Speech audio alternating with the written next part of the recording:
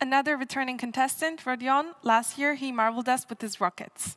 Let's see what he has in store for us this year. The floor is yours, Rodion.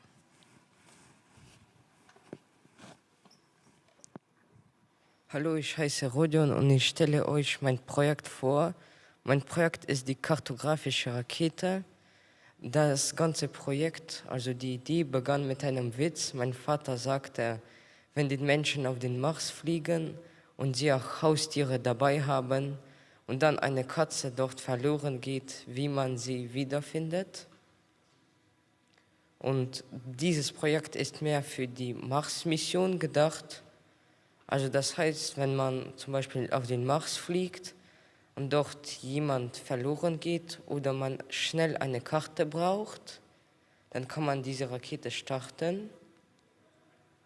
Aber diese Rakete ich habe diese Rakete gemacht, weil jetzt benutzen wir sehr altmodische Kartografie.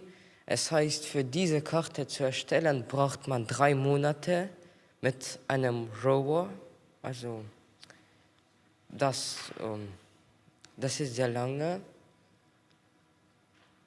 Und die zweite Methode sind Satelliten, aber sie erstellen sehr ungenaue Karten.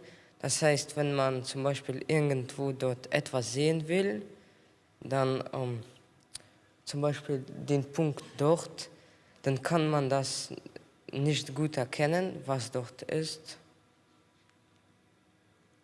Deshalb können wir eine kartografische Rakete benutzen.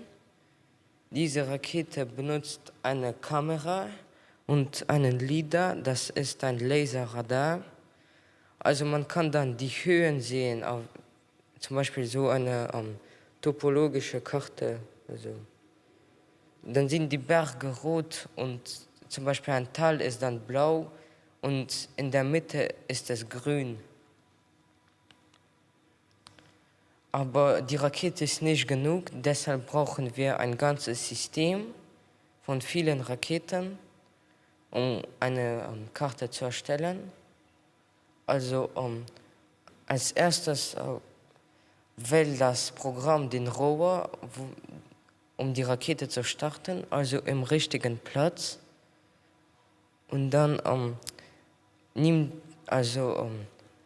muss der Rover die Rakete ausrichten auf die richtige Position und dann startet die Rakete und sie macht dann eine Karte mit der Kamera, also Fotos und ein Video und dann mit dem LiDAR auch noch eine Karte und dann sendet sie an den Rover, also diese Daten sendet sie dann an den Rover, welche sie dann an den Operator des Systems sendet. Also das ist, die ganze Elektronik ist hier. Dort ist ein Raspberry Pi und ein Altimeter und ein Gyroskop. Und dann auch noch ein Extension Head auf den Pi. Das ist dafür, dass man den LiDAR konnektieren kann zum Raspberry Pi, weil sonst geht das nicht. Wir hatten ein Experiment gemacht mit einer Rakete, mit einem Altimeter und also einem Höhenmesser und einer Kamera. Und das sah so aus. Und wir hatten so eine Methode benutzt, wo man also das Bild schwarz-weiß macht. Und dann sind die höheren Plätze sehr dunkel und dann die unteren heller. Das sieht so aus, also dort kann man sehen.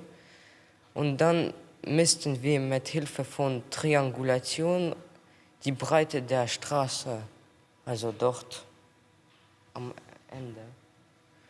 Und die Straße war 4 Meter und auch 88, also breit.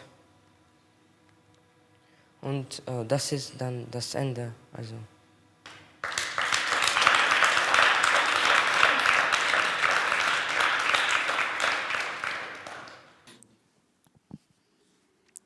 Okay, so nice to see you again, Rodion. Just for the people, like to introduce you a tiny bit, you're doing your second participation for this contest. You already came last year and presented something that had to do with rockets, which was linked to 3D printers, and you decided to come back this year with a new edition and a new project. And in between, you have been attending a lot of Science Next seminars, including the one in the nature, the one to learn how to present. And so tell me, what was your motivation to come back with this new project? Just to do another project. Yeah, because it's fun enough. Yeah.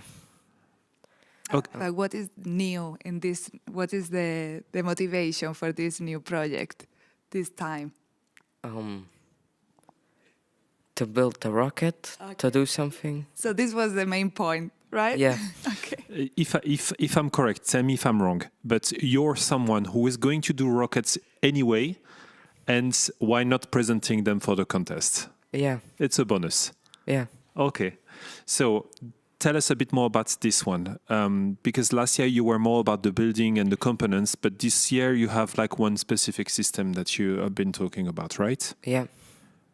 So there's a Raspberry Pi inside. Okay. With an altimeter and a gyroscope and a lidar here. It's a laser scanner. Yes. Which is very powerful, and it can go up to 180 meters. Okay. In distance. And that's all electronic inside. It was a bit challenging to do this booster. Okay. Because it's this is very heavy, and the connection for the cord that holds this to this, so the connection was needed to be very strong. I guess just because I don't know much about rockets when you build them. Basically, you have like this whole system with electronics, and this must be high precision thing. I mean, if you talk about a lidar, and if you talk about Raspberry Pi, I imagine something which is pretty fragile. And then you have something that's supposed to explode over here. So no, it won't explode. Okay. This is 100% reusable. So okay. It can go up to 2,500 flights. But you have explosive inside, so you create the propulsion, or how do you propulse it? I use motors that I buy in a rocket store. Okay. It's called Clima or Aerospace Technology. Okay. Also, you have a specific name for that project. I'm going to turn it if you don't mind, because for the camera here, you have a small cosmonaut inside here. I don't know if you can see the small cat here. Why is there a cat on the rocket? Because it started as a joke when my dad said that when humans will fly to Mars, then they will also have pets. And what happens if a cat gets lost? So, and how to find it again. Okay, I see. In the meantime, I would definitely want to take a cat if I had to fly 2 years to Mars with me in the rocket. So I understand you that far. And the project is called Gato. If I'm right, it's a cat in Spanish, right? Yes. And Gato stands for? Geographic Astronautic Trajectory Observer. It doesn't mean anything. No, but it's an acronym, right? For. Yeah. Have you been able to test it, or No. is it theoretical so far? I will test it very soon, maybe in a couple of weeks. Okay. But I didn't test it because we hadn't enough time. Yes. But I did a camera on another rocket. Mm-hmm. And it's called the Mean Machine. It's a 2-meter long rocket, Okay. which is very thin, Mm-hmm. and it's very stable, so it flies in a straight line. I understand. Okay. And just one thing is like, because on Mars, the atmosphere is, because your project is dedicated to Mars, like you've been using Mars maps, and is it something that you need to adapt for Mars atmosphere specifically, or something you thought about, or it would be for another project? I thought about this. Mm-hmm. It will work on Mars because it's a rocket. Mm-hmm. It's not a drone. And rockets can fly everywhere, Okay. even underwater. Okay. And in no air conditions. So Yeah, it will work. Okay, so you coming back each year more creative with new projects. Have you thought about coming back next year, Rodion? Yeah. Do you already have a project in mind?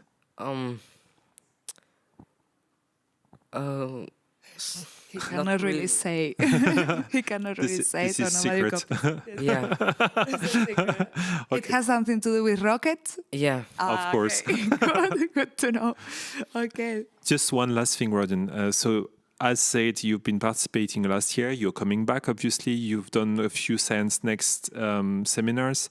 What would you say to someone who would be willing to participate next year and haven't started yet? Or what would be your advice? Oh, I have no advice. Is it fun? Yeah. Is it difficult? The most difficult part is to write that paper where we need to send it out. Okay. Because this wasn't difficult at all. Mm-hmm. Because I like to do 3D modeling, and I did over 1,300 3D models. Okay. Okay. So Okay. if I need some pieces for my project, can I call guess. you? No, the Probably. printer is busy, obviously. Sorry, yes. Okay, but really glad to see you again here this year. And yeah, thank you. We hope for the best for tomorrow for the award ceremony. But I have no doubt because, like you've been showing, especially last year at your stand, that you're passionate about it. So thank you for coming back, Rodion. Yes, very well done. See you Thank you. tomorrow. Thank you.